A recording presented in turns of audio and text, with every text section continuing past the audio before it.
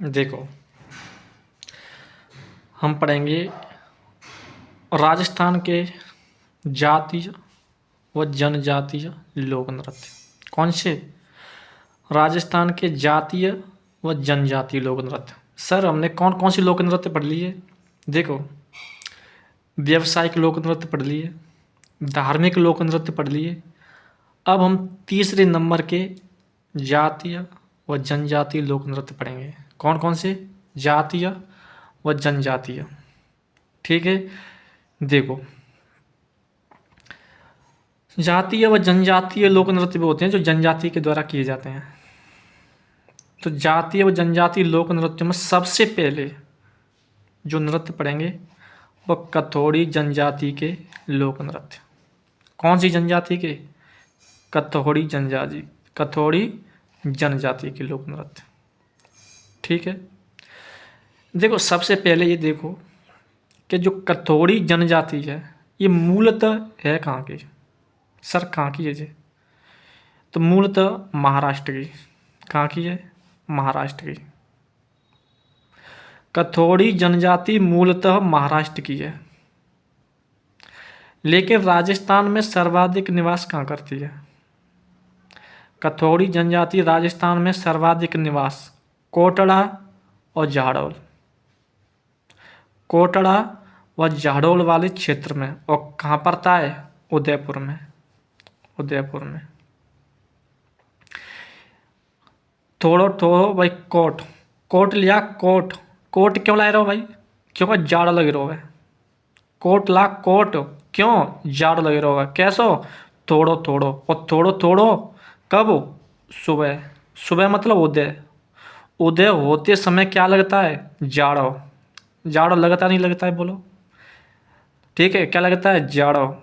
और जब जाड़ो लगता है तब क्या पहनते हैं? कोट। कोट।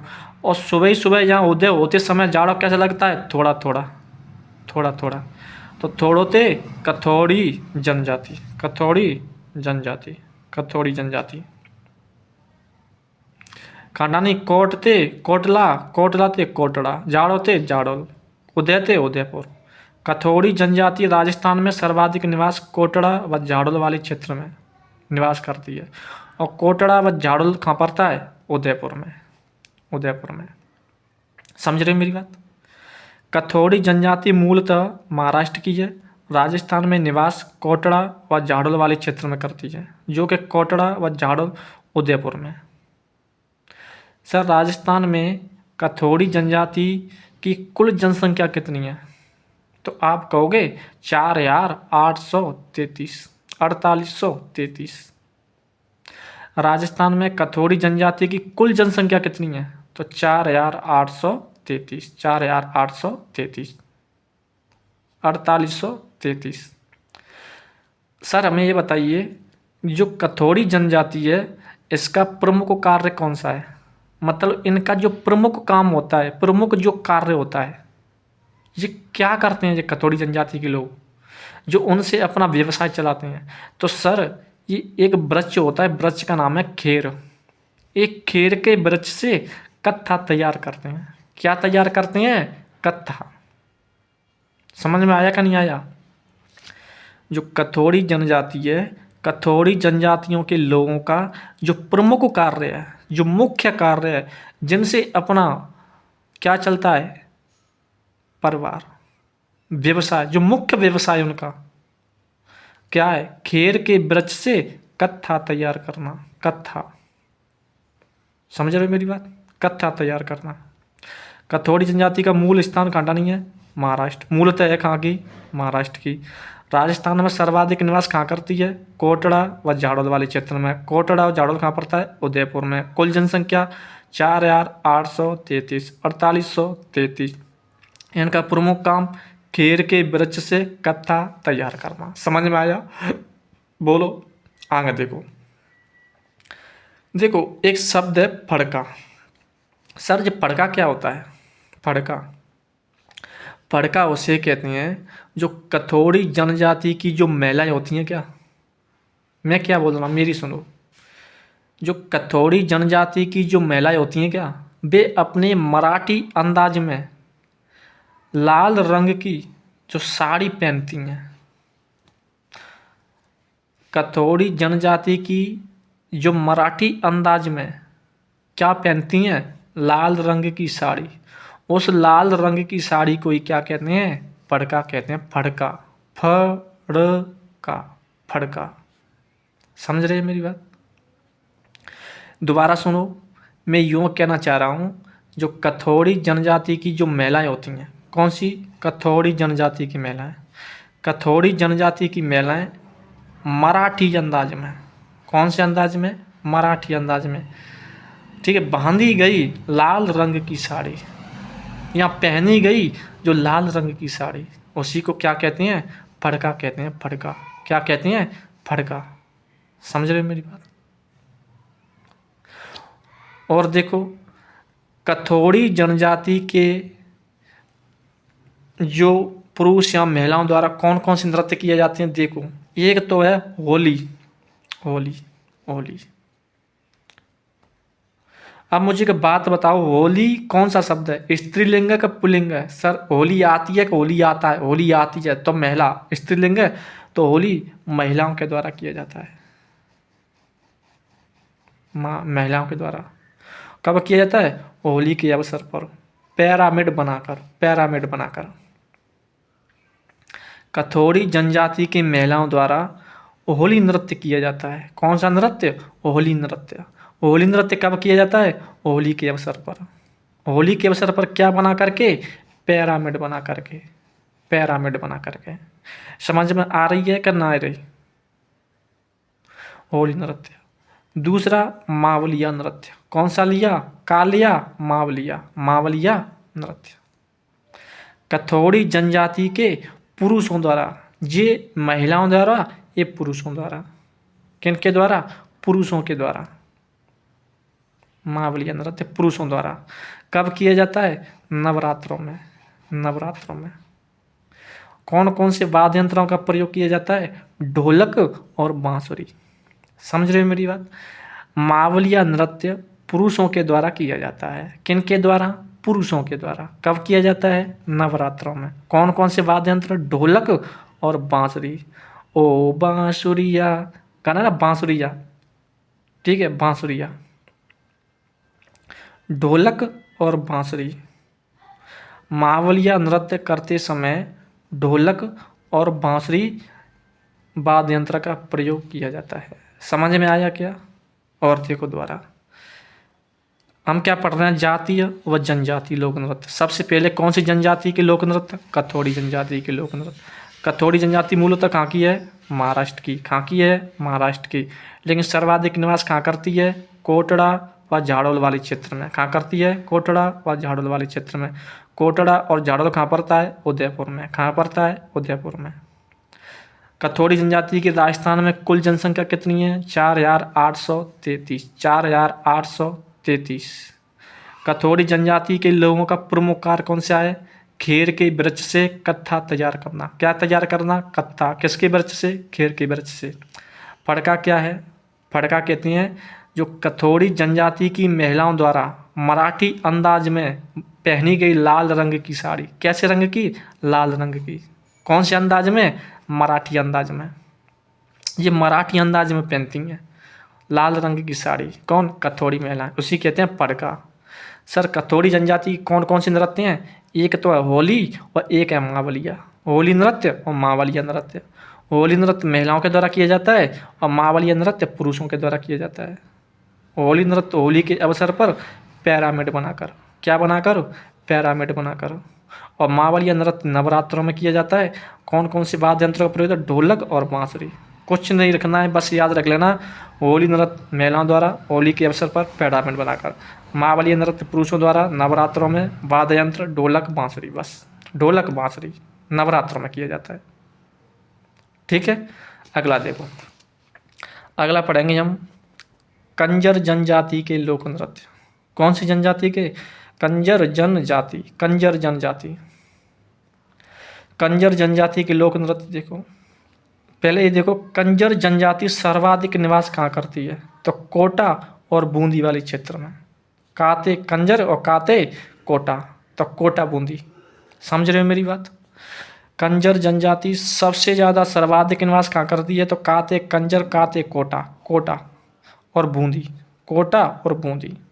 राजस्थान में कंजर जनजाति की कुल जनसंख्या कितनी है, तो 51.5 हजार, 51.5 हजार, 51.5 हजार।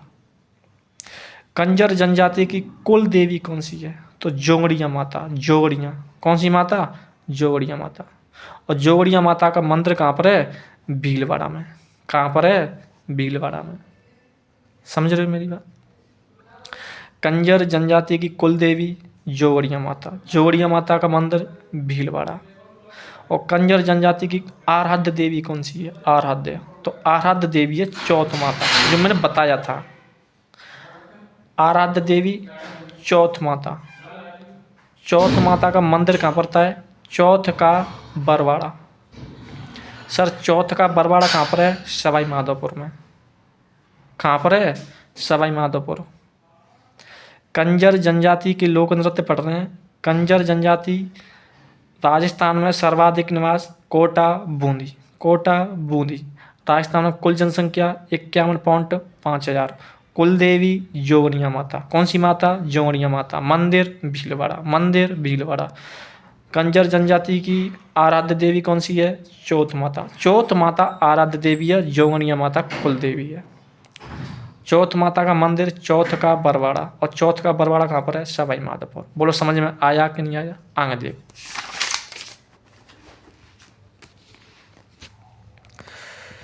देखो जो कंजर जनजाति है ना, कंजर जनजाति, ये लोग हाकम राजा का प्याला पीकर कभी झूठी कसम नहीं खाते हैं। एक प्याला होता है किसका, हाकम राजा का। अगर ये लोग उसको पी लिया तो फिर ये झूठी कसम नहीं खाते हैं। तो हाकम राजा का प्याला पीकर, कौन, कंजर जनजाति के लोग। कंजर जनजाति के लोग हाकम राजा का प्याला पीकर कभी झूठी कसम नहीं खाते हैं। ठीक है। अगर क्वेश्चन आ जाए वह कौन सी जनजाति है जो हाकम राजा का प्याला पीकर कभी झूठी कसम नहीं खाते हैं, तो कंजर जनजाति है। और अगर क्वेश्चन ऐसा आ जाए कि कंजर जनजाति क्या पीकर कभी झूठी कसम नहीं खाते हैं, तो हाकम राजा का प्याला पीकर, क्या पीकर, हाकम राजा का प्याला पीकर। कंजर जनजाति, एक शब्द है पाती मांगना। सर पाती मांगना क्या होता है, पाती मांगना। देखो पाती मांगना कहते हैं जो कंजर जाति होती है, क्या कंजर जाति के जो लोग होते हैं ना, वो हनुमान जी से अनुमति लेना।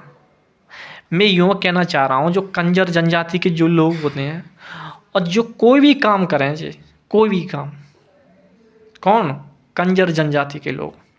कंजर जनजाति के लोग कुछ भी करें पहले ये हनुमान जी से क्या लेंगे, अनुमति लेंगे। और उस अनुमति को ही पाती मांगना कहते हैं।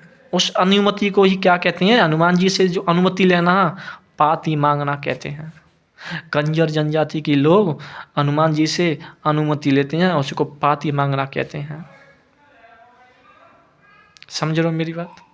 कोई भी काम करें जी पहले हनुमान जी से अनुमति लेंगे, और जब जाके कोई काम करेंगे उस अनुमति को ही पाती मांगना कहते हैं, पाती मांगना। अगर क्वेश्चन आ जाए कि देश में सर्वाधिक संगठित जनजाति कौन सी है, सर्वाधिक संगठित जनजाति कौन सी है, तो कंजर जनजाति है। कौन सी, कंजर। समझ रहे मेरी बात। देश में सर्वाधिक संगठित जनजाति कौन सी है, तो कंजर जनजाति, कंजर जनजाति। ठीक है। देखो आगे देखो, अब कंजर जनजाति के लोक नृत्य पढ़ेंगे। देखो अब कंजर जनजाति के जो लोग होते हैं ना, वे अपने आप में क्या होते हैं, धाकड़, धाकड़ तो होते हैं भैया, धाकड़ होते हैं। अब क्या करते हैं जी, अपनी जो पत्नियां होती हैं उनकी क्या बना देते हैं, चक्री। जब ज़्यादा बोलती है ना तो फिर अपनी पत्नियों की क्या बना देते हैं, चक्री बना देते हैं। ठीक है, क्योंकि तू ज़्यादा ही बोलने लगी है ना आजकल, तो धाकड़ होते हैं भाई भी तो कंजर जनजाति के लोग। तभी तो देश में सर्वाधिक संगठित जनजाति है कंजर। अब ये लोग क्या होते हैं, धाकड़। और अपनी पत्नियों की क्या बना देते हैं, दे मेरी की, दे मेरी की, ले मेरी की बना देते चक्री। और भाई साहब किससे, लाठी से, लाठी से दे चक्री बनाते हैं उसकी लाठी से, ठीक है। और भाई साहब लाठी से दे लाठी, दे लाठी, दे लाठी, उनकी क्या तोड़ देते हैं, कमर, कमर तोड़ देते हैं। कौन, कंजर जनजाति के लोग, क्यों, कभी अपने आप में धाकड़ होते हैं ना, ठीक है। दे लाठी क्या तोड़ देते हैं, कमर, और चक्री बना देते हैं चक्री। तो याद कैसे करेंगे, कंजर जनजाति के लोग क्या होते हैं, धाकड़, तो धाकड़ते धाकड़ नृत्य, क्या बना देते हैं, चक्री, तो चक्री नृत्य। किससे, लाठी से, लाठी से, लाठी नृत्य। क्या तोड़ देते हैं, कमर, तो कंजर तोड़ा नृत्य, कंजर तोड़ा नृत्य। समझ रहे हैं मुझे, कंजर तोड़ा नृत्य। तो देखो धाकड़ नृत्य, धाकड़ कौन होते हैं, पुरुष, पुरुष, तो पुरुषों के द्वारा किया जाता है। यह झालावाड़ व वीरा, देखो झालावाड़ एक क्षत्रिय था, क्षत्रिय, और वीरा एक कंजर जनजाति का व्यक्ति था। झालावाड़ एक क्षत्रिय था और वीरा एक कंजर था। कंजर जनजाति का एक व्यक्ति था वीरा, और क्षत्रिय था झालावाड़। ऐसा बताया था कि इन दोनों के मध्य कोई वाद विवाद हो जाता है, ठीक है। उनके मध्य क्या होता है, एक युद्ध भी, अब वाद विवाद इतना बढ़ जाता है कि वो एक युद्ध का रूप ले लेता है, ठीक है। इस युद्ध का प्रदर्शन किया जाता है कौन से नृत्य में, धाकड़ नृत्य में। धाकड़ नृत्य में झालावाड़ व वीरा के मध्य जो हुए युद्ध का प्रदर्शन किया जाता है, उसी को दिखाया जाता है किन से नृत्य में, धाकड़ नृत्य में, ठीक है। तो धाकड़ नृत्य में झालावाड़ व वीरा के मध्य हुए युद्ध का प्रदर्शन किया जाता है, ठीक है। धाकड़ नृत्य समझ में आया। आगे देखते हैं चक्री नृत्य, क्या बना देते हैं, चक्री, किसकी, अपनी पत्नियों की। तो याद करना, अविवाहित लड़कियों द्वारा, अविवाहित लड़कियों द्वारा, अविवाहित लड़कियों द्वारा। सर ये कहाँ पर आयोजित होता है, तो बूंदी में होता है। मैंने बताया था कि कंजर जनजाति सबसे ज़्यादा खानेवास करती है तो कोटा और बूंदी में। तो बूंदी का सबसे, जो बूंदी में जो नृत्य किया जाता है वो चक्री नृत्य है। चक्री नृत्य, चक्री नृत्य कब किया जाता है, बड़ी तीज पर। और बड़ी तीज कब आती है, भादों के महीने में, कृष्ण तृतीया के दिन। बड़ी तीज कब आती है, भादों के महीने में, कृष्ण तृतीया के दिन, भाद्र कृष्ण तृतीया, समझ रहे हो, भाद्र कृष्ण तृतीया, बड़ी तीज, बड़ी तीज, समझ रहे हो, भाद्र कृष्ण तृतीया, भाद्र कृष्ण तृतीया, बड़ी तीज, बूंदी। चक्री नृत्य कहाँ पर आयोजित तो होता है, कहाँ पर किया जाता है, बूंदी में। कहाँ पर किया जाता है, बूंदी में। बात है बूंदी, बात है बड़ी तीज। कब किया जाता है, बड़ी तीज। बड़ी तीज कब आती है, भाद्र कृष्ण तृतीया, ठीक है। मुख्यतः बूंदी में किया जाता है। ये तेज गति में किया जाता है, तेज गति में। चक्री घूमती है, जैसे चक्री घूमती है तेज गति में, तो तेज गति में किया जाता है। तेज गति में करने के कारण उसे फुंदी नृत्य भी कहा जाता है। चक्री नृत्य को फुंदी नृत्य कहा जाता है। क्यों, क्योंकि तेज गति में किया जाता है और तेज गति में आयोजित होने के कारण उसे फुंदी नृत्य भी कहा जाता है। कौन सा नृत्य, फुंदी नृत्य। कौन से नृत्य को, चक्री नृत्य को। समझ रहे हो मेरी बात। चक्री नृत्य अविवाहित लड़कियों द्वारा किया जाता है। चक्री नृत्य आयोजित कहाँ होता है, बूंदी में। कब, बड़ी तीज के दिन। और बड़ी तीज कब आती है, भाद्र कृष्ण तृतीया, भाद्र कृष्ण तृतीया, ठीक है। तेज गति में किया जाता है, तेज गति में। सर उसकी वेशभूषा क्या है, वेशभूषा। अब मुझे बात बताइए कि चक्री अगर घूमेगी तेज गति में तो उनकी क्या उतर जाएगी, खूंसनी, खूंसनी उतर जाएगी, ठीक है। और फिर करेगी चाचा चाचा चाचा, खूंसनी उतर गई, खूंसनी उतर गई, चाचा उतर गई, क्या, खूंसनी।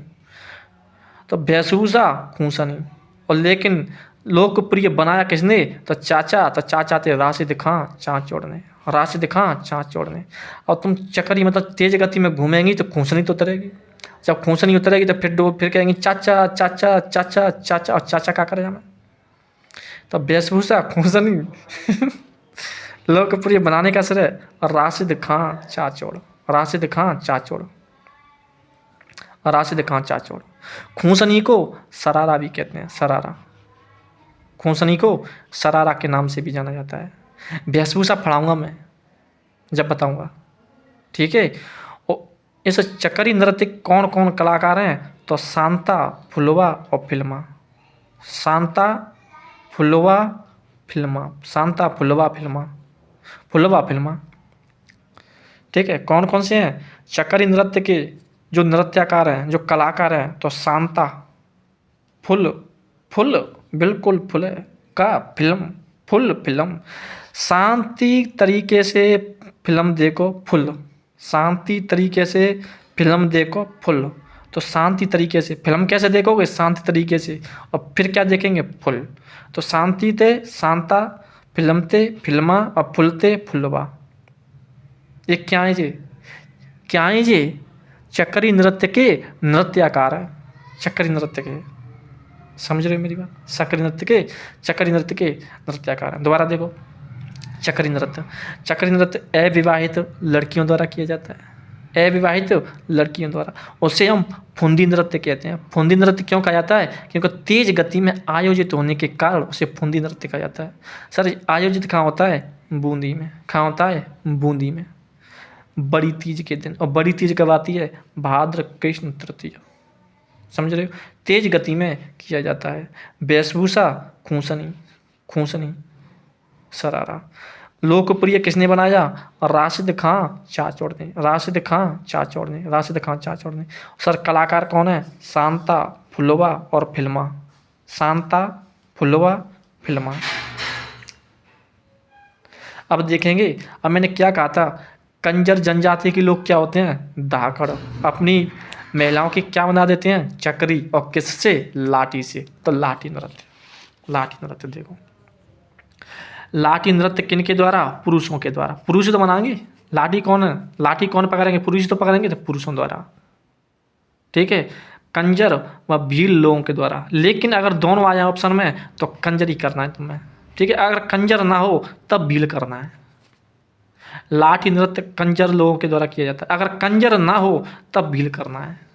लाठी नृत्य किसके द्वारा? कंजर लोगों के द्वारा। और कंजर ना हो तब भील लोग करना है। लाठी नृत्य किन के द्वारा? पुरुषों के द्वारा। समझ रहे मेरी बात? इसके बाद क्या तोड़ते हैं? कमर। और कमर ते कंजर, कंजर तोड़ा नृत्य। और कंजर तोड़ा नृत्य युगल नृत्य है। इसको याद रखना, युगल नृत्य, युगल। मैंने पहले बताया कि जो धाकड़ है, धाकड़ कौन होते हैं? पुरुष। तो पुरुषों के द्वारा। चक्करी कौन की बनाई? महिलाओं की। तो महिलाओं द्वारा, ठीक है। और लाठी, लाठी कौन पकड़ते हैं? पुरुष। तो पुरुष। और कंजर तोड़ा, कंजर तोड़ा, कंजर तोड़ा नृत्य युगल नृत्य है। महिला व पुरुष दोनों के द्वारा किया जाता है, ठीक है। आगे समझ में। अगला पढ़ेंगे कालबेलिया जाति के लोक नृत्य। कौन सी जाति के? कालबेलिया जाति के, कालबेलिया जाति के। देखो, काल, काल का अर्थ होता है सर्प। क्या होता है? सर्प। काल का अर्थ क्या होता है? सर्प। बेलिया, बेलिया का अर्थ होता है विचरण या मित्र, विचरण या मित्र। द्वारा देखो, कालबेलिया जाति के लोक नृत्य पढ़ रहे हैं ना हम। कौन सी जाति के? कालबेलिया जाति के। कालबेलिया, काल का अर्थ होता है सर्प और बेलिया का अर्थ होता है विचरण या मित्र। उसका जो शाब्दिक अर्थ होगा वो है सांपों को पकड़ने वाली जाति, या सर्पों की मित्र, या सर्पों को पकड़ने के लिए विचरण करने वाली जाति। कुछ भी बना सकते हो, कोई दिक्कत नहीं है।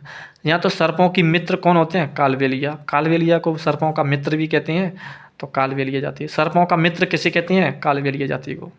या सांपों को पकड़ने वाली जाति कौन सी होती है? कालबेलिया जाति। समझ रहे मेरी बात? कालबेलिया जाति सर्वाधिक निवास कहाँ करती है? तो अजमेर और जैसलमेर में। लेकिन दोनों अगल अगल आए तो लेकिन सर्वाधिक निवास अजमेर में करती है, अजमेर में। देखो जैसलमेर में भी करती है कालबेलिया जाति, बाड़मेर में भी करती है कालबेलिया जाति निवास, लेकिन सबसे ज़्यादा कालबेलिया अजमेर में पाए जाते हैं। कहाँ पाए जाते हैं? अजमेर में। समझ रहे हो मेरी बात? कालबेलिया जाति की लोक नृत्य पढ़ रहे हैं। कालबेलिया, काल का अर्थ होता है सर्प, बेलिया का अर्थ होता है विचरण या मित्र। बस सांपों का मित्र कौन है? कालबेलिया जाति। सांपों को पकड़ने वाली जाति कौन सी है? कालबेलिया जाति। कालबेलिया जाति सर्वाधिक निवास कहाँ करती है? अजमेर में। थोड़ी बहुत जैसलमेर में भी करती है और बाड़मेर में भी करती है। कालबेलिया जाति की जो प्रसिद्ध नृत्यांगना है वो गुलाबो सपेरा है। देखो बताऊंगा जरे, प्रसिद्ध नृत्यांगना, कालबेलिया जाति की जो प्रसिद्ध नृत्यांगना है वो गुलाबो सपेरा है। गुलाबो सपेरा, उसको याद रखना, गुलाबो सपेरा। पूछ ले कि वह कौन सी नृत्यांगना है जो कालबेलिया जाति की प्रसिद्ध है, मतलब कालबेलिया जाति की प्रसिद्ध नृत्यांगना कौन सी है, तो गुलाबो है, गुलाबो सपेरा, गुलाबो सपेरा। गुलाबो सपेरा के बचपन का नाम क्या है, धनवंतरी। कौन सी मंत्री, धनवंतरी। गुलाबो सपेरा के बचपन का नाम क्या है, धनवंतरी। जन्म कब हुआ था, 1973 में, 1973 में। कहाँ पर हुआ, कोटड़ा अजमेर, कोटड़ा अजमेर। सर हमने कोटड़ा उदयपुर में भी पढ़ा था। कथोड़ी जनजाति सर्वाधिक निवास कहाँ करती है, कोटड़ा व झाड़ोल वाली क्षेत्र में। और कोटड़ा व झाड़ोल कहाँ पड़ता है, उदयपुर में। और एक कोटड़ा हम अजमेर में भी पढ़ रहे हैं, जहाँ गुलाबो सपेरा का जन्म हुआ था। गुलाबो सपेरा का बचपन का नाम धनवंतरी। कौन सी मंत्री, धनवंतरी। गुलाबो सपेरा के जन्म कब हुआ था, 1973 में। कब हुआ, 1973। कहाँ पर हुआ, कोटड़ा अजमेर, कोटड़ा अजमेर। गुलाबो सपेरा को पद्मश्री कब दिया गया था, तो 26 जनवरी 2016, 26 जनवरी 2016, 26 जनवरी 2016 को हुआ था। गुलाबो सपेरा का जन्म 26 जनवरी 2016 को हुआ था। समझ रहे हो मेरी बात, सुनने हैं कि नहीं सुनने हैं। गुलाबो सपेरा का जन्म 1973 में हुआ था और पद्मश्री 2016 में मिला था। कब मिला था, 2016 में, 26 जनवरी। 26 जनवरी, 26 जनवरी को क्या माना जाता है, गणतंत्र दिवस। उस दिन हमारा संविधान लागू हुआ था। उसी दिन गुलाबो सपेरा को पद्मश्री दिया गया था। और गुलाबो सपेरा को ब्रजकलिल और मकबूलियत विद्या में निपुण थी। ब्रजकलिल और मकबूलियत विद्या में, अगर क्वेश्चन आ जाए वह कौन सी नृत्यांगना है जो ब्रजकलिल और मकबूलियत विद्या में निपुण थी। सर ब्रजकलिल और मकबूलियत विद्या क्या है, ब्रजकलिल और मकबूलियत का मतलब होता है कि खुद ही गाना और खुद ही नाचना। खुद ही गाना और खुद ही नाचना, खुद के द्वारा ही गाया जाता है और खुद के द्वारा ही नाचा जाता है। उसको ब्रजकलिल, ब्रजकलिल किले ले ले ले ले ले किले ले किले ले ले ले किले किले कांटी, खेलते नहीं खेलते बचपन में, तो किले ले, तो ब्रजकलिल और मकबूलियत। ब्रजकलिल और मकबूलियत विद्या में कौन निपुण थी, गुलाबो सपेरा। समझ रहे बेटा। गुलाबो सपेरा को यूनेस्को ने, यूनेस्को ने, यूनेस्को ने, यूनेस्को की स्थापना कब की गई थी, 1945 में। मैंने बताया था। तो गुलाबो सपेरा को यूनेस्को ने brand ambassador, ambassador, brand ambassador, सडर, ब्रांड एम्बेसडर पद पर नियुक्त किया था। कौन से पद पर नियुक्त किया, ब्रांड एम्बेसडर पर। और किसको, गुलाबो सपेरा को। किसने, यूनेस्को ने। मतलब सांस्कृतिक धरोहर के संरक्षण हेतु इसको जो ब्रांड एम्बेसडर पद पर नियुक्त क्यों किया था, क्योंकि सांस्कृतिक धरोहर के संरक्षण हेतु जो हमारी संस्कृति है कम से कम उसको बचाया जाए। ब्रांड एम्बेसडर का मतलब होता है जो विज्ञापन आते हैं ना, जैसे हम जो मोबाइल में कोई नाटक वगैरह देखते हैं तो बार बार जो विज्ञापन आते हैं उसके पद पर नियुक्त किया गया था। और किससे संबंधित, संस्कृति से संबंधित, ताकि लोग उसको बार बार देखेंगे तो अपनी संस्कृति पर ध्यान देंगे। ठीक है, तो सांस्कृतिक धरोहर के संरक्षण हेतु ब्रांड एम्बेसडर पर नियुक्त किया किसको, गुलाबो सपेरा को। और गुलाबो सपेरा कौन है, कालबेलिया जाति की प्रसिद्ध नृत्यांगना है। उसके बचपन का नाम धनवंतरी, जन्म 1973, कोटड़ा अजमेर, पद्मश्री 26 जनवरी 2016, ब्रजकलिल और मकबूलियत विद्या में निपुण थी। यूनेस्को ने ब्रांड एम्बेसडर पद पर नियुक्त किया, सांस्कृतिक धरोहर के संरक्षण। बात समझ में आई कि नहीं आई, आगे देखो। अब देखो कालबेलिया जाति के लोक नृत्य। सर कालबेलिया जाति के कौन कौन सी लोक नृत्य हैं, कौन कौन से नृत्य हैं। ठीक है, तो उसकी क्या ट्रिक है, बाईपासला, बाईपासला। बाईपास जानता है का, बाईपास कुछ चौड़ा होता है, चौड़ा है, कहते हैं ना बाईपास। बाईपास। तो बाईपास ला, कहाँ ला, बाईपास ला, बाईपास। कालबेलिया जाति के लोक नृत्य कौन से हैं? बाईपास ला। तो बाते, बांगड़िया और बिच्छूड़ा, बिच्छूड़ा नृत्य। वागड़िया नृत्य और बिच्छूड़ा नृत्य। बाते, बागड़िया और बिच्छूड़ा। ईते, इंडोरी, ईते, इंडोरी, पाते, पड़ेहारी, पाते, पड़ेहारी और साते, सांखरिया, सांखरिया नृत्य। और लाते, लालरी, लाते, लालरी, लालरी, लालरी। दोबारा देखो, कालबेलिया जाति के लोक नृत्य कौन कौन से हैं? बाईपास ला, कांटा नहीं ला, बाईपास ला। तो बाते, बागड़िया और बाते, बिच्छूड़ा, बिच्छूड़ा। ईते, इंडोरी, इंडोरी, ईते, इंडोरी। पाते, पड़ेहारी, पाते का है पड़ेहारी। साते, सांकरिया और लाते, लालरी, लाते, लालरी। जो कालबेलिया जाति के लोक नृत्य हैं। अब सबसे पहले पढ़ेंगे हम बागड़िया नृत्य। कौन सा नृत्य? बागड़िया। बागड़िया नृत्य महिला व बच्चों के द्वारा किया जाता है, महिला व बच्चों के द्वारा। कब? कौशल दिखाकर पैसों की मांग करते हैं, मतलब भीख मांगते समय कौन सा नृत्य किया जाता है? तो बागड़िया नृत्य। क्वेश्चन आ सकता है कि निम्नलिखित में से कौन सा नृत्य भीख मांगते समय किया जाता है? तो बागड़िया नृत्य। कौन सा नृत्य? बागड़िया, जो कि महिला व बच्चों के द्वारा किया जाता है। समझ रहे मेरी बात? क्वेश्चन आ जाए, मतलब इसमें जो महिला व बच्चे होते हैं वो अपना कौशल दिखाते हैं, स्किल दिखाते हैं। तुमने देखा होगा चौड़ाई पे कहीं देखा होगा, तो वो कुछ लड़कियां कुछ मतलब रस्सी पर चलती हैं और अब अलग अलग तरह के मतलब कौशल दिखाती हैं, स्किल दिखाती हैं। और फिर क्या करती हैं? वो पैसों की डिमांड करती हैं, पैसों की मांग करती हैं, पैसे मांगती हैं, मतलब भीख मांगती हैं। और पैसे दिखाकर पैसों की मांग करना कौन सा नृत्य किया जाता है? बागड़िया नृत्य। यहाँ भीख मांगते समय कौन सा नृत्य किया जाता है? बागड़िया नृत्य। किनके द्वारा? महिला बच्चों के द्वारा। कंजर जनजाति की महिला व बच्चों द्वारा कौन सा नृत्य किया जाता है? बागड़िया नृत्य। समझ रहे हो? अगला इंडोरी नृत्य। इंडोरी, इंडोरी नृत्य यह एक युगल नृत्य है। कैसा नृत्य है? युगल। युगल का मतलब होता है महिला व पुरुष दोनों मिलकर के करते हैं, युगल नृत्य। युगल नृत्य का मतलब होता है गोलाकार पथ बनाकर किया जाता है, गोलाकार पथ बनाकर। सर इंडोरी क्या होती है? देखो, ये एक महिला है, महिला, महिलाओं के ऊपर क्या रखी है? एक वस्तु रखी है, उसके ऊपर क्या रखा है? एक घड़ा रखा है। घड़ा और सिर, महिलाओं के सिर के बीच में जो वस्तु रखी जाती है उसी को तो इंडोरी कहते हैं। इंडोरी मतलब महिलाओं के सिर व घड़े के बीच में जो वस्तु रखी जाती है उसे इंडोरी कहते हैं। तुमने देखा होगा गाँव में जब महिलाएं पानी लाती हैं, पानी लाती हैं तो अपने सिर पर क्या रखती हैं? इंडोरी तो रखती हैं। अब वो कैसी होती है? गोल, गोली तो होती है वो इंडोरी। तो गोलाकार पथ बनाकर नृत्य किया जाता है, गोलते गोलाकार। इंडोरी कैसी होती है? गोल। तो गोलते गोलाकार पथ बनाकर नृत्य किया जाता है। कौन सा? इंडोरी नृत्य। और बांगड़िया मतलब बांगड़िया का बांगड़िया फांगड़िया है तू भीख मांग रही है, मतलब बांगड़िया भीख, भीखते बांगड़िया मतलब बांगड़ी नृत्य कब किया था? भीख मांगते समय।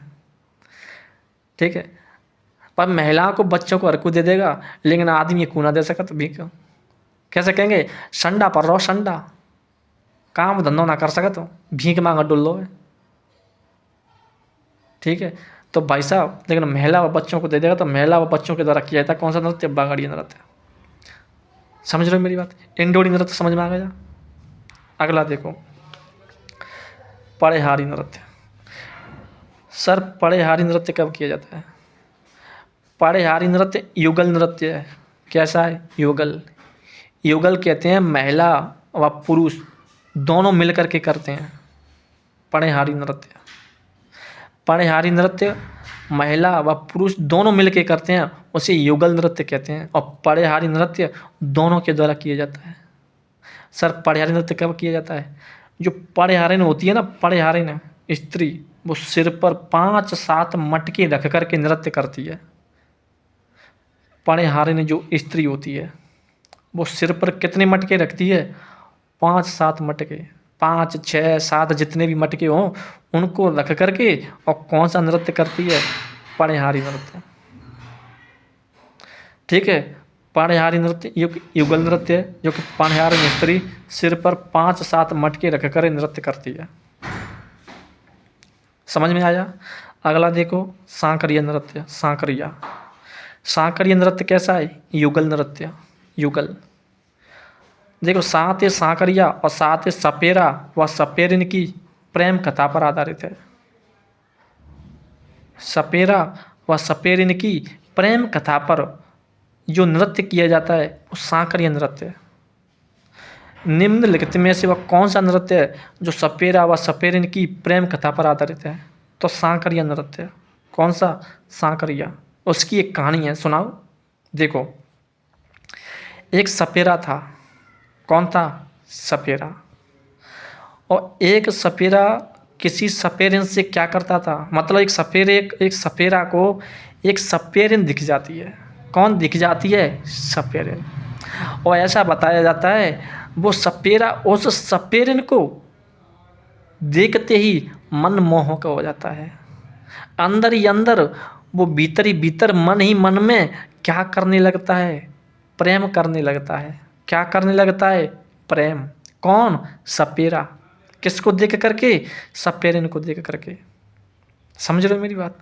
सपेरा सपेरिन को देख करके मन ही मन में प्रेम करने लगता है। ठीक है।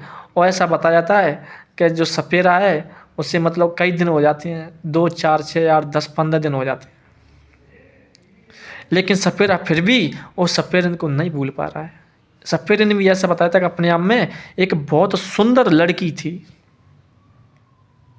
सपेरिन बहुत सुंदर लड़की थी सपेरिन, और सपेरा उसे मन ही मन में प्रेम करता है।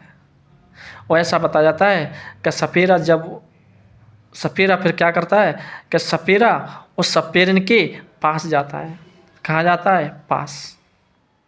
और वो सपेरा उस सपेरिन से प्रेम की डिमांड करता है। कहता है कि मैं तुम्हें बहुत चाहता हूँ। मतलब वो सपेरा कहता है सपेरिन से कि मैं तुमसे बहुत प्रेम करता हूँ। सपेरा ने कहा सपेरिन से कि तुम भी मेरे से प्रेम करती हो कि नहीं करती हो? तो सपेरिन ने सपेरा को मना कर दिया कि मैं तुमसे कतई प्रेम नहीं करता हूँ। सपेरा को बड़ा झटका लगा। तो भाई साहब क्या हुआ, फिर 2-4 दिन बीतते हैं। फिर सपेरा सपेरिन के पास जाता है कि सच बताइए कि तुम मेरे से प्रेम करती हो कि नहीं करती हो? मैं तो तुम्हें बहुत चाहता हूँ। कौन कह रहा? सपेरा। कि मैं तो तुम्हें बहुत चाहता हूँ। लेकिन सपेरिन फिर भी मना कर देती है। तो ऐसा बताया जाता है, और सच तो वे सच बताए ना, तो सपेरिन भी उस सपेरा से मन ही मन में प्रेम तो करने लगी थी। कह रहे मन ही मन में प्रेम तो करती थी, ऐसा बताया जाता है। वो सपेरिन भी सपेरा को चाहती थी, लेकिन मन की जो बात थी उसे नहीं बता पा रही थी। और ऐसा बताया जाता है कि सपेरे को अगर जब ना किया था तो सपेरे को बड़ा झटका सा लगता है, और वहीं पर ऐसा बताया था बेहोश हो जाता है। इतना गहरा प्रेम करता था। कौन? सपेरा। किससे? सपेरिन से। ऐसा बताया जाता है। फिर लोगों को इधर उधर 2-4 लोग आते हैं और फिर उस पर मतलब पानी वगैरह का छिड़काव डाल करके, और सपेरा पुनः जिंदा हो जाता है। और सपेरा पुनः बोलता है कि बताइए क्या तुम मेरे से प्रेम करती हो कि नहीं करती हो? सपेरिन करे तो करे क्या? लेकिन सपेरिन के क्या पता कि भविष्य में क्या लिखा हुआ है। सपेरिन प्रेम तो करती थी सपेरा से, लेकिन सपेर ने फिर भी मना कर दिया। और ऐसा बताया जाता है कि फिर ऐसा झटका लगा था कि सीधा स्वर्गवास। सपेरा सीधा कहाँ पहुँच गया? स्वर्गवास पहुँच गया। ठीक है, जब सपेरिन को बड़ा मतलब अफसोस हुआ कि अगर मैं हाँ कर देती तो एक सपेरे की जान बच जाती। ठीक है, उसी सपेरा व सपेरिन की प्रेम कथा को आधारित मान करके सांकरिया नृत्य किया जाता है। युगल नृत्य है। जो महिलाएं होती हैं वो सपेरिन बनती हैं, और जो पुरुष होते हैं वो सपेरा बनते हैं। समझ रहे हो मेरी बात? सांकरी नृत्य समझ में आया? सांकरी नृत्य। अगला देखो, कालबेलिया नृत्य। कालबेलिया, कालबेलिया नृत्य कहाँ का प्रसिद्ध है? जयपुर का। कहाँ का प्रसिद्ध है? जयपुर का। कालबेलिया नृत्य के अन्य नाम कौन से हैं? अन्य नाम, कालबेलिया नृत्य को और किस नाम से जाना जाता है? तो कालबेलिया नृत्य कालबेलिया जाति के ही लोगों द्वारा किया जाता है। कालबेलिया जाति के लोगों द्वारा, कालबेलिया जाति के द्वारा किया जाता है। कालबेलिया नृत्य कहाँ का प्रसिद्ध है? जयपुर का। कहाँ का प्रसिद्ध है? जयपुर का। कालबेलिया नृत्य को और किस नाम से जाना जाता है? तो उसको स्नेक चारमर डांस। स्नेक, स्नेक का मतलब होता है सांप। स्नेक का मतलब सांप। चार मर, क्या मर गए? सांप के खाने से 4 मर गए, तो स्नेक चार मर, स्नेक चार मर डांस। चार मर का अर्थ होता है लेट कर, और डांस का मतलब होता है नृत्य। वह नृत्य जो सांप की तरह लेट कर किया जाता है, वो कौन सा नृत्य कहलाता है? कालबेलिया नृत्य कहलाता है। उसको हम स्नेक चारमर डांस कहते हैं। स्नेक का मतलब सांप, चारमर मतलब लेट कर, और डांस माने नृत्य। सर, जब कालबेलिया नृत्य जब किया जाता है तो कौन से वाद्य यंत्र का प्रयोग किया जाता है? तो बीन। तू मीठी मीठी बीन बजा, आज सपेरा रे, गाना सुनाया गया जी। तू मीठी मीठी बीन बजा, आज सपेरा रे। तो कौन सी, क्या बजाया, कौन से वाद्य यंत्र का प्रयोग किया जाता है? बीन का। बीन, बीन।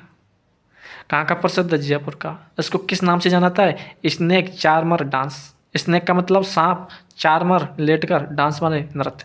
वह नृत्य जो सांप की तरह लेटकर किया जाता है उसको स्नेक चारमर डांस या कालबेलिया नृत्य कहते हैं। इसमें कौन से वाद्य यंत्र का प्रयोग किया जाता है? बीन का। बीन, कौन सा? बीन। समझ रहे हो? सर आगे देखो, जो कालबेलिया नृत्य है उसमें वेशभूषा क्या है? मतलब ये क्या पहन करके नृत्य किया जाता है? तो काले रंग के वस्त्र पहन करके। कालबेलिया, कालते, कालबेलिया कालते, काले रंग, काले रंग के वस्त्र पहन करके यह नृत्य किया जाता है। समझ रहे हो मेरी बात? काले रंग के, काले रंग के वस्त्र पहन करके यह नृत्य किया जाता है। सर, कालबेलिया नृत्य का प्रशिक्षण केंद्र कौन सा है? जहाँ कालबेलिया नृत्य को शिक्षा दी जाती है, कालबेलिया नृत्य की लिए शिक्षा दी जाती है, सिखाया जाता है। प्रशिक्षण केंद्र कौन सा है? तो प्रशिक्षण केंद्र है कालबेलिया स्कूल ऑफ डांस। एक क्या है? एक संस्था है यहाँ पे, इस Kalbelia school of dance, school of dance. और कौन सा? कालबेलिया। तो कालबेलिया स्कूल ऑफ डांस, वहाँ स्कूल सिखाया जाता है ऑफ डांस। क्या? डांस, नृत्य। कहाँ पर? कौन सा? कालबेलिया। तो कालबेलिया स्कूल ऑफ डांस। यहाँ पर क्या है? कालबेलिया नृत्य की प्रशिक्षण शिक्षा दी जाती है, सिखाया जाता है। सर कहाँ पर है? हाथीगांव। हाथीगांव कहाँ पर है? आमेर में। आमेर कहाँ पर है? जयपुर में। Hathigaon, Kalbelia school of dance कहाँ पर स्थित है? हाथीगांव में। हाथीगांव कहाँ पर है? आमेर में। आमेर कहाँ पर है? जयपुर में। समझ रहे हो मेरी बात? कालबेलिया नृत्य, समझ रहे हो मेरी बात? अगला देखो, सर वर्तमान में यह गीत पर आधारित है। कालबेलिया नृत्य को जब किया जाता है तो गीत भी गाए जाते हैं, गीत पर भी आधारित है। वर्तमान में तो गीत भी गाए जाते हैं जब ये कालबेलिया नृत्य किया जाता है। काल्यो कूद पड़े मेले में, कौन सा गीत? काल्यो कूद पड़े मेले में, काल्यो कूद पड़े मेले में। ये गीत है, कालबेलिया नृत्य के समय गाया जाता है। काले रंग के वस्त्र पहन कर यह नृत्य किया जाता है। प्रशिक्षण केंद्र जहाँ सिखाया जाता है कालबेलिया स्कूल ऑफ डांस, स्थित हाथीगांव, आमेर, जयपुर। समझ रहे हो? कालबेलिया जाति का सबसे लोकप्रिय नृत्य है तो कालबेलिया नृत्य है। कौन सा? कालबेलिया जाति का सबसे लोकप्रिय नृत्य। अगर कालबेलिया जाति का सबसे अगर कोई लोकप्रिय नृत्य है तो कालबेलिया नृत्य है। कौन सा? कालबेलिया नृत्य। ठीक है। कालबेलिया ऐसा बताता है राजस्थान का एकमात्र लोक नृत्य है जिसको विश्व धरोहर सूची में शामिल किया गया है। यूनेस्को द्वारा विश्व धरोहर सूची में शामिल किया गया है। कब? 2010 में। कब? 2010 में। पूछ सकता है, important, very very very important, कि वह कौन सा लोक नृत्य है जिसको विश्व धरोहर सूची में शामिल किया गया है? तो कालबेलिया नृत्य। कब? 2010। समझ रहे मेरी बात? कालबेलिया नृत्य के नृत्याकार कौन है? तो देखो, गुलाबो सपेरा। गुलाबो मैंने पढ़ चुका है, जो कि प्रसिद्ध नृत्यांगना है, गुलाबो सपेरा। उसके बाद अमृता सपेरा, अमृता सपेरा, लीला सपेरा, गुलाबो अमृत लीला, गुलाबो सपेरा, अमृता सपेरा, लीला सपेरा। और किरण कमली राजकी, किरण कमली राजकी। ये जी क्या है? कालबेलिया नृत्य की नृत्याकार हैं और कालबेलिया जाति की प्रसिद्ध नृत्यांगना है। कौन कौन? गुलाबो थे, गुलाबो सपेरा, गुलाबो सपेरा। समझ रहे हो मेरी बात? देखो, गुलाबो सपेरा, अमृता सपेरा, अमृता अमृता अमृता और लीला लीला लीला, गुलाबो सपेरा, अमृता सपेरा, लीला सपेरा। किरण कमली राज की, किरण कमली राज की, किरण कमली राज की। ये क्या है? कालबेलिया जाति की प्रसिद्ध नृत्यांगना है। गुलाबो सपेरा, अमृता सपेरा, लीला सपेरा, किरण कमली राज की, किरण कमली राज की, किरण कमली राज की, किरण कमली राज की। और गुलाबो अमृता लीला, गुलाबो अमृता लीला, किरण कमली राज की। ठीक है, समझ में आया कि नहीं आया? कालबेलिया नृत्य।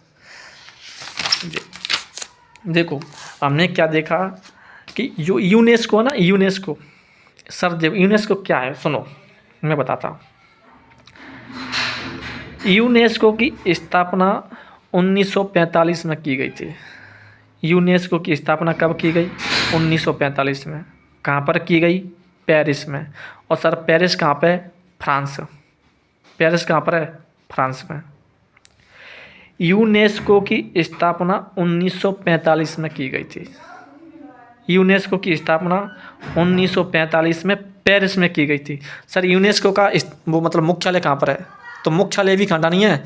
पेरिस में। कहाँ पर है? पेरिस। समझ रहे हो मेरी बात? कहाँ पर है? पेरिस। समझ रहे हो? सर यूनेस्को की स्थापना 1945 में की गई, तो सर भारत उसका सदस्य कब बना था? तो भारत उसका सदस्य 1946 में बना था। कब बना था? 1946 में। 1946 में भारत यूनेस्को का सदस्य बना। इसका जो प्रमुख काम था यूनेस्को का, इसका जो प्रमुख कार्य था, जो प्रमुख चीज़ों को विश्व धरोहर सूची में शामिल करना। विश्व मतलब वर्ल्ड, धरोहर मतलब हेरिटेज, और सूची मतलब लिस्ट। वर्ल्ड हेरिटेज लिस्ट कहो या विश्व धरोहर सूची कहो। भाई विश्व, वर्ल्ड को क्या कहते हैं? विश्व। हेरिटेज को क्या कहते हैं? धरोहर। लिस्ट को क्या कहते हैं? सूची। विश्व धरोहर सूची या वर्ल्ड हेरिटेज लिस्ट में शामिल करना प्रमुख चीज़ों को। जैसे देखो, चाहे कोई इमारत हो, कोई भवन, मंदिर, ठीक है, चाहे कोई महापुरुष हुआ, चाहे कोई ऐसा कोई स्थान हुआ, चाहे कोई जिला हुआ, चाहे कोई तहसील वगैरह, मतलब ऐसे जो प्रसिद्ध है अपने आप में, ठीक है, यूनेस्को में। फिर क्या, जब यूनेस्को द्वारा विश्व धरोहर सूची में जब शामिल कर दिया जाता है ना, तो उसके लिए फिर यूनेस्को द्वारा उसको सुधारने के लिए पैसा दिया जाता है, फंड दिया जाता है यूनेस्को द्वारा। समझ रहे हो मेरी बात? चाहे वो प्रमुख द्रुक हुआ, ठीक है, चाहे मतलब ऐसा ताजमहल है, ठीक है, तो लोगों को पता चलता है यार कोई ना कोई खास चीज़ होगी, तभी तो विश्व धरोहर सूची में शामिल किया गया है, तो लोग उसको फिर क्या है, बाहर देखने के लिए आते हैं, देखने के लिए आते हैं। जैसे ताजमहल है, विश्व धरोहर सूची में शामिल है, तो लोग सबसे ज़्यादा किसको देखने आते हैं? ताजमहल को। ताजमहल को आते नहीं आते हैं देखने। और जब ताजमहल में जैसे टूटा फूटी कुछ चीज़ होती है, यहाँ कोई ना हो या नहीं हो, लेकिन फिर भी ताजमहल के लिए यूनेस्को जो संस्था होती है ना, संस्था यूनेस्को, उसके द्वारा फंड दिया जाता है, उसमें और सुधार किया जाए, तभी तो विश्व धरोहर सूची में शामिल किया जाता है। ठीक है, यूनेस्को की स्थापना 1945 में पेरिस में की गई थी और भारत इसका सदस्य 1946 में बना था। और इसका प्रमुख कार्य था प्रमुख चीज़ों को विश्व धरोहर सूची में शामिल करना। समझे? यूनेस्को में राजस्थान के ऐसे 10 धरोहर हैं जो शामिल हैं यूनेस्को में 10 धरोहर शामिल है राजस्थान के। कौन कौन से?